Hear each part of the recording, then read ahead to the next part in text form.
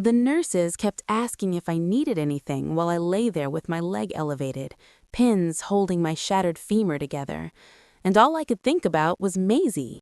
My 6-week-old daughter was with a neighbor I barely knew, some woman from 2 floors down who'd happened to be getting her mail when the ambulance arrived. The Lexus was totaled. Some teenager had run a red light while texting, T-boned me right outside Whole Foods in Beverly Hills. I'd been reaching for my latte when I saw his Honda coming at me, and then everything went white. My hands were shaking when I called Mom from the hospital bed, my voice cracking as I explained what happened. "I need you to come get Maisie. Mrs. Chen can only watch her for a couple hours. I'm going to be here for at least 3 days, maybe longer. They said the surgery was complicated and—" "Absolutely not, Vanessa." Her voice was crisp, final. "Your sister never has these emergencies. Charlotte manages her life perfectly well with 3 children, and she's never once called me in a panic." I pressed my palm against my forehead, feeling the morphine make everything swimmy. "Mom, I was in a car accident. This isn't me being irresponsible. Some kid hit me going 50 miles an hour. I have a cruise, sweetheart. We leave for the Caribbean tomorrow morning. Your father and I have been planning this for 8 months.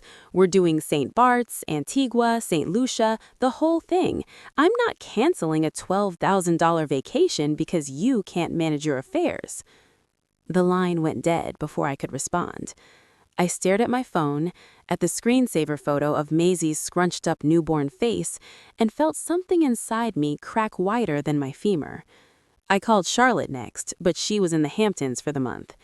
"God, V, that's awful, but I literally have the kids in sailing camp every day. I can't just pack up and fly back to LA. Can't Mom help?" When I told her what Mom had said, Charlotte laughed. Actually laughed. "Well, she's not wrong. You do kind of have a history of chaos. Remember when you called her from Ibiza because you lost your passport?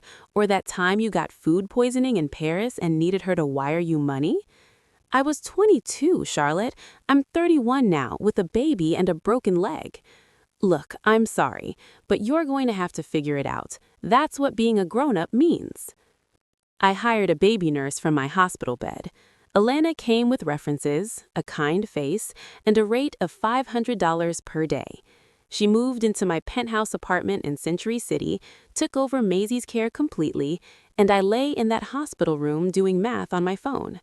$500 a day times 30 days was $15,000 a month.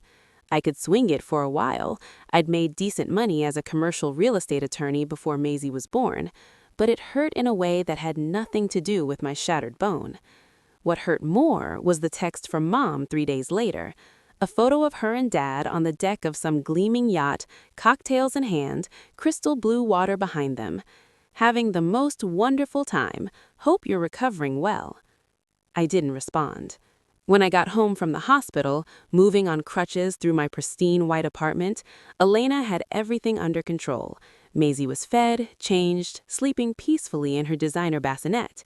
Elena had even organized the nursery, folding all the baby clothes I'd left in scattered piles, arranging the stuffed animals by size. I sat on the edge of my bed and cried until my ribs ached. The thing about being in a family like mine is that money talks, but it also shuts people up.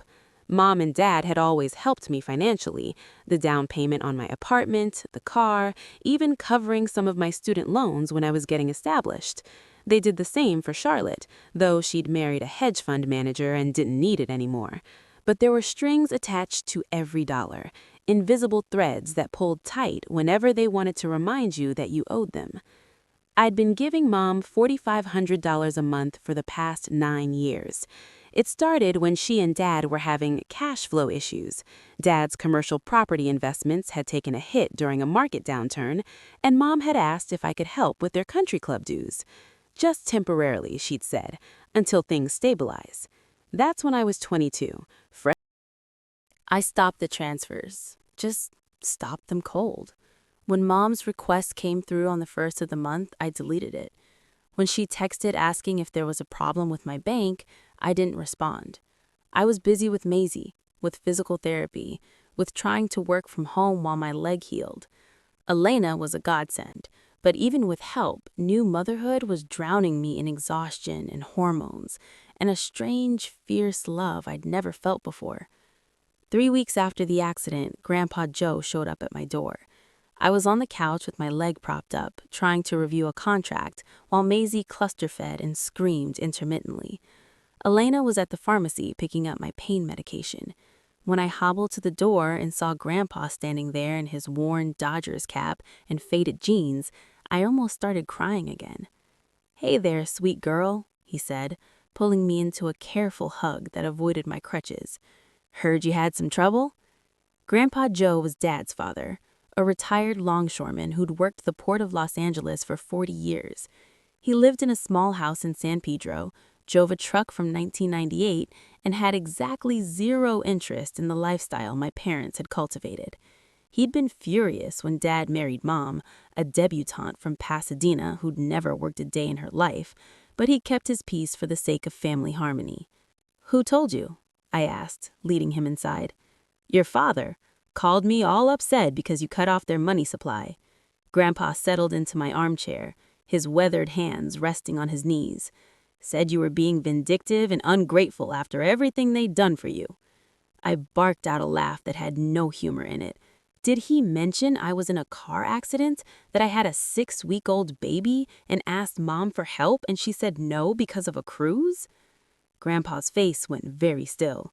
"Say that again?" I told him everything. The accident, the phone call, Mom's refusal, Charlotte's dismissal, the $500 a day I was spending on a baby nurse because I literally couldn't walk without crutches and couldn't care for an infant alone. I told him about the 9 years of transfers, the $4,500 a month, the way they treated it like it was owed to them rather than a gift. When I finished, Grandpa was quiet for a long moment. Maisie had fallen asleep on my chest, her tiny fist curled against my collarbone. Finally, he said, "I'm going to tell you something, Vanessa, and I want you to listen close. Your grandmother and I raised 4 kids on a longshoreman's salary. We didn't have a country club or a boat or a house in Palm Springs. We had a 3-bedroom house with 1 bathroom and a backyard where the kids played in an inflatable pool from Target. And we were happy. We were a family." "I know, Grandpa." "I don't think you do, because what your parents have been doing to you, that's not family. That's extortion dressed up in nice clothes." He leaned forward. "You don't owe them a damn thing, you hear me? Not 1 red cent. They're grown adults who made their choices. If they can't afford their lifestyle, they need to downsize, not bleed their daughter dry while she's trying to build a life." I felt tears sliding down my face, hot and fast. "But they're my parents." "And you're their daughter, the one who just had a baby, the one who got hurt and needed help. Where were they?" He shook his head. "Your mom's on a cruise ship drinking champagne while you're here hiring strangers to take care of your child because she couldn't be bothered to cancel a vacation. That tell you everything you need to know about her priorities." Maisie stirred against me, making small mewling sounds. Grandpa's face softened as he looked at her. "That baby right there, she's your family now. You and her. Everything else is just noise." He stayed for 3 hours, holding Maisie while I showered for the first time in days, making me tea, ordering Thai food from the place down the street. Before he left, he pressed an envelope into my hand. "This is for Alina, for this month. Don't argue with me." Inside was $5,000 in cash. I tried to give it back, but he was already walking toward the elevator, waving off my protests. I got more money than I need and no one to spend it on. Let an old man help his granddaughter. The calls from my parents started 2 days later. Dad first, his voice tight with anger.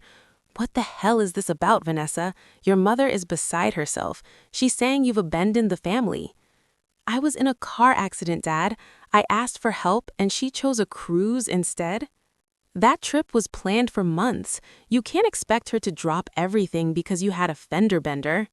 "Fender bender? I have pins in my femur. I couldn't walk for 3 weeks." "You always were dramatic. Charlotte manages just fine without constantly crying for help." I hung up on him. Mom called an hour later, her voice saccharine and wounded. Sweetheart, I think there's been a terrible misunderstanding. Of course I would have helped if it had been a real emergency, but you sounded fine on the phone, and you have all those resources, and I had a newborn baby, Mom, 6 weeks old, and I was in the hospital with a broken leg. What part of that isn't a real emergency? Well, you hired someone, didn't you? So clearly you had it under control. I don't understand why you're punishing us now by cutting off the support you promised. I never promised anything. You asked for temporary help 9 years ago, and it became permanent. I gave you almost $500,000, Mom, $500,000. And when I needed you, really needed you, you weren't there. She started crying. How can you be so cruel? After everything we've done for you, we gave you life, we raised you, we paid for your education. And I've more than paid you back. I'm done, Mom. I'm not your ATM anymore. She hung up on me this time. Charlotte called next, playing peacemaker, telling me I was being unreasonable and making everything difficult for everyone. Mom's really hurt, V. She's talking about going to therapy because of how you've rejected her. She rejected me first. She chose a vacation over her grandchild. Oh my God, you're so dramatic. She would have come if you were actually dying or something. You just had a broken leg. People break bones all the time and don't make it into a federal case. I stopped answering their calls. I blocked Mom and Dad's numbers, put Charlotte on mute. I focused on Maisie, on healing, on getting back to some version of normal. Elena stayed on for 6 weeks total, and by then I could manage on my own. My leg was healing, I could walk without crutches, and I'd figured out how to hold a baby while making coffee and answering emails. The silence from my family was deafening, and honestly, kind of peaceful. No more guilt trips, no more expectations, no more silent scorekeeping about who owed what to whom. I had Maisie, I had Grandpa Joe, who came over every Sunday with bagels and the newspaper, and I had a new clarity about what actually mattered. 4 months after the accident, Mom showed up unannounced. I was in the nursery changing Maisie's diaper when the doorman called to say I had a visitor. I almost told him to send her away, but curiosity won. I wanted to see what she'd say. She looked thinner, older somehow. Her hair was perfect, freshly highlighted, blown out, and she was wearing Chanel, but there was something brittle around her eyes. "Can I come in?" I let her in without saying anything, gesturing to the living room. Maisie was 4.5 months old now, all rolls and gummy smiles, and she reached for Mom immediately. To her credit, Mom took her, held her carefully, and her face did something complicated when Maisie grabbed her pearl necklace. "She's gotten so big. She looks like you did at this age. What do you want, Mom?" She sat down with Maisie in her arms, and for a long moment, she just looked at my daughter. Finally, she said, "Your father and I are selling the boat and the Palm Springs house. We're downsizing." I waited. There had to be more. "The cruise was wonderful," she continued, her voice careful. "We had a beautiful time. But when we got back, I kept thinking about what you said on the phone, about how Charlotte never has emergencies." She looked up at me. "That's not true, you know. She just doesn't call me. She has her husband and his family and a whole support system. She doesn't need me." And I did? And I did. And I wasn't there. She swallowed hard. "Your grandfather called me after he visited you. He said some very harsh things about the kind of mother I've been, the kind of grandmother." "Grandpa Joe doesn't pull punches." No, he doesn't. He asked me how much money you'd given us over the years. I didn't know the total. Your father handled all that." She looked down at Maisie. $500,000. That's what Joe said. I didn't believe him at first, but your father confirmed it. We took almost $500,000 from you while you were working yourself to death, and when you needed us, I was more concerned about losing a deposit on a cruise. Maisie had fallen asleep in her arms, head lulled against Mom's shoulder. Mom was crying now, tears sliding down her carefully made-up face. "I don't know how to fix this. I don't know if I can. But I'm selling the boat and the house, and I'm writing you a check for what we took. It won't be all of it, we don't have that kind of liquidity, but it'll be substantial. Your father is furious with me, but I don't care. You were right. We bled you dry and gave nothing back when it mattered. I sat down across from her, my chest tight. I don't want your money, Mom. I want you to understand why this hurts so much. I want you to see that I'm not Charlotte.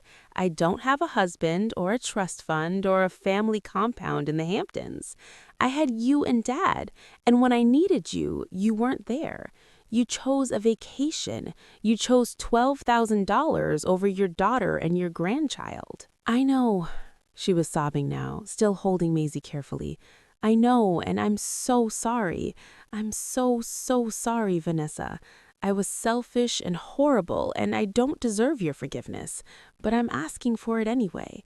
I'm begging for it. Maisie woke up and started fussing, and I took her from Mom's arms. My daughter settled against me immediately, rooting for milk, and I felt that fierce protective love surge through me again. This was my family now, this tiny human who depended on me for everything. Whatever I decided about Mom, it had to be what was best for Maisie, not what was easiest for anyone else. You can't just buy your way back in, I said quietly. Money doesn't fix this. Showing up fixes this. Being here when things are hard, choosing us over your convenience. Can you do that? Yes. She said it immediately, emphatically. Yes, I can. I will. I want to be Maisie's grandmother. I want to be your mother. The real kind. Not the kind who only shows up for the easy parts. What about Dad, Charlotte? Your father is who he is. I can't change him, but I can change myself. And Charlotte, she trailed off, looking uncomfortable. Charlotte has always been the easy child. She never challenged me, never questioned anything. You were always harder, more independent. I think I resented that sometimes. But watching you with Maisie, seeing how you've handled all of this, I'm proud of you, sweetheart. I should have said that years ago. I wanted to believe her. God, I wanted to believe her so badly it physically hurt. But I'd spent 9 years being the reliable ATM, the daughter who showed up and gave and asked for nothing in return. And I'd learned the hard way that people don't change just because you need them to. You can visit, I said finally, once a week, Sunday afternoons. Grandpa Joe comes over then too.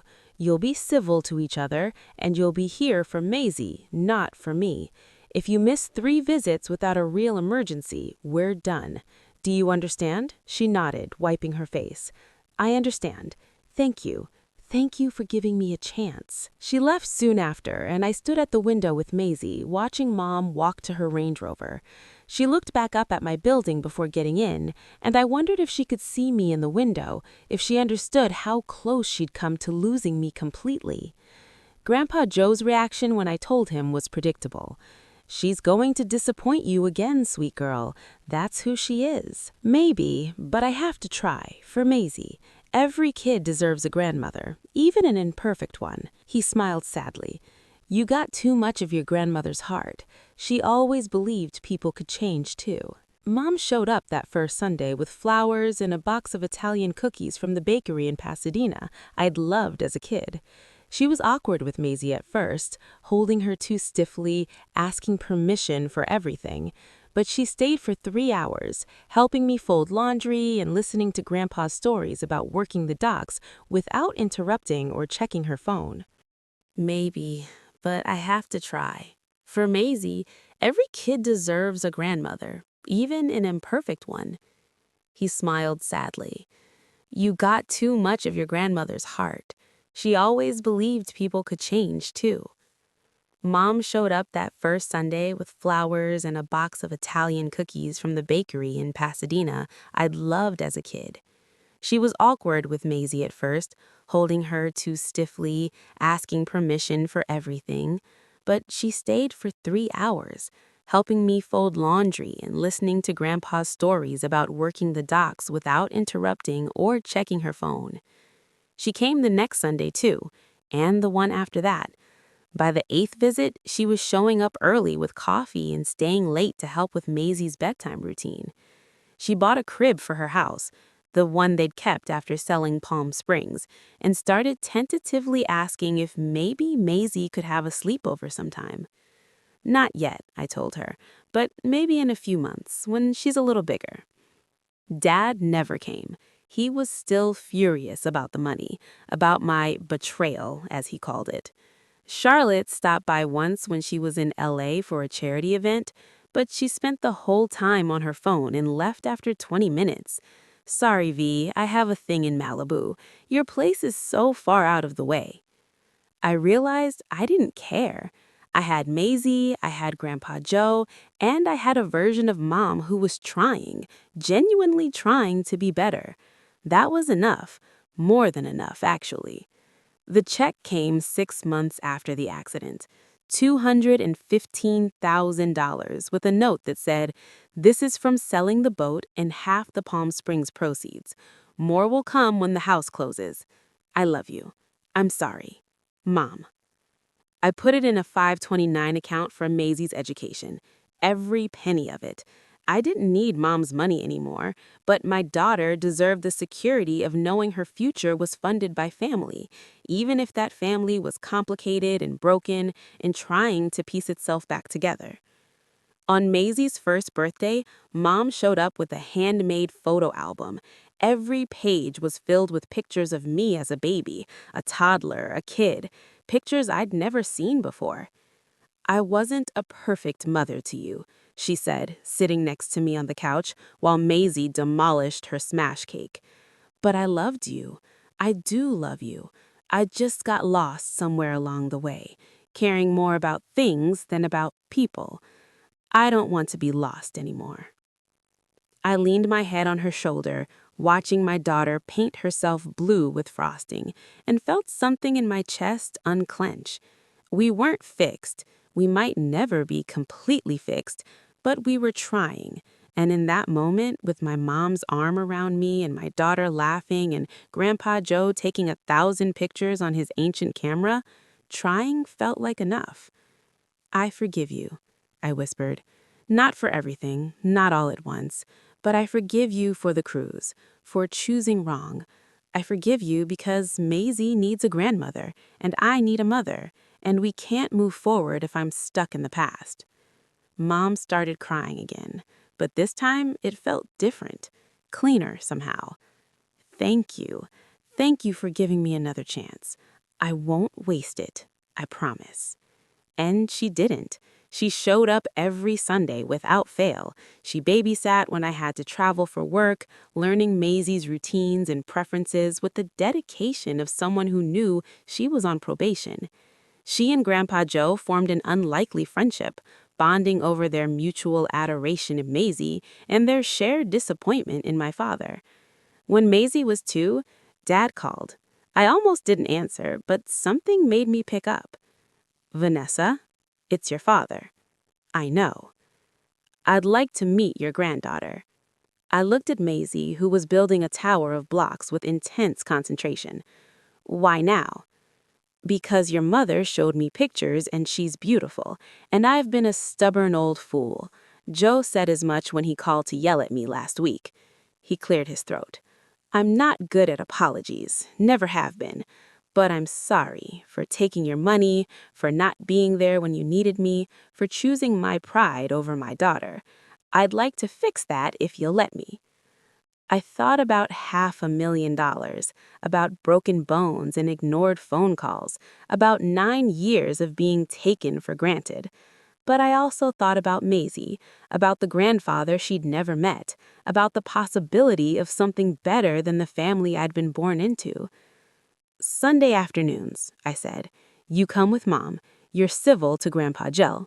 You show up for Maisie, not for yourself. And if you screw this up, there won't be another chance. Are we clear?" "Crystal." "Thank you, Vanessa. I won't let you down again." He did show up. Every Sunday, standing awkwardly in my living room with Mom, bringing gifts that were too expensive and learning slowly how to play with a toddler who didn't care about his money or his status. Watching him on the floor with Maisie, building blocks and reading board books in his stiff suit, I realized that people could change. Not completely, not all at once, but enough. Enough to matter. Enough to make a difference. The accident that shattered my femur also shattered the illusion I'd been living under. That family was about obligation and debt and unspoken transactions. Real family, I learned, was about showing up. It was about choosing people over convenience, about love that cost something and meant something. It was my daughter's laugh when Grandpa Joe made faces at her. It was Mom's careful hands braiding Maisie's hair. It was even Dad, slowly and painfully learning that being present was worth more than being right. I never gave them another dollar, and they never asked. That chapter was closed, burned down to ash in the wreckage of a Lexus outside a Whole Foods. What rose from those ashes was something harder won but infinitely more valuable. A family built on honesty instead of obligation, on presence instead of presence, on love that had been tested and found strong enough to hold.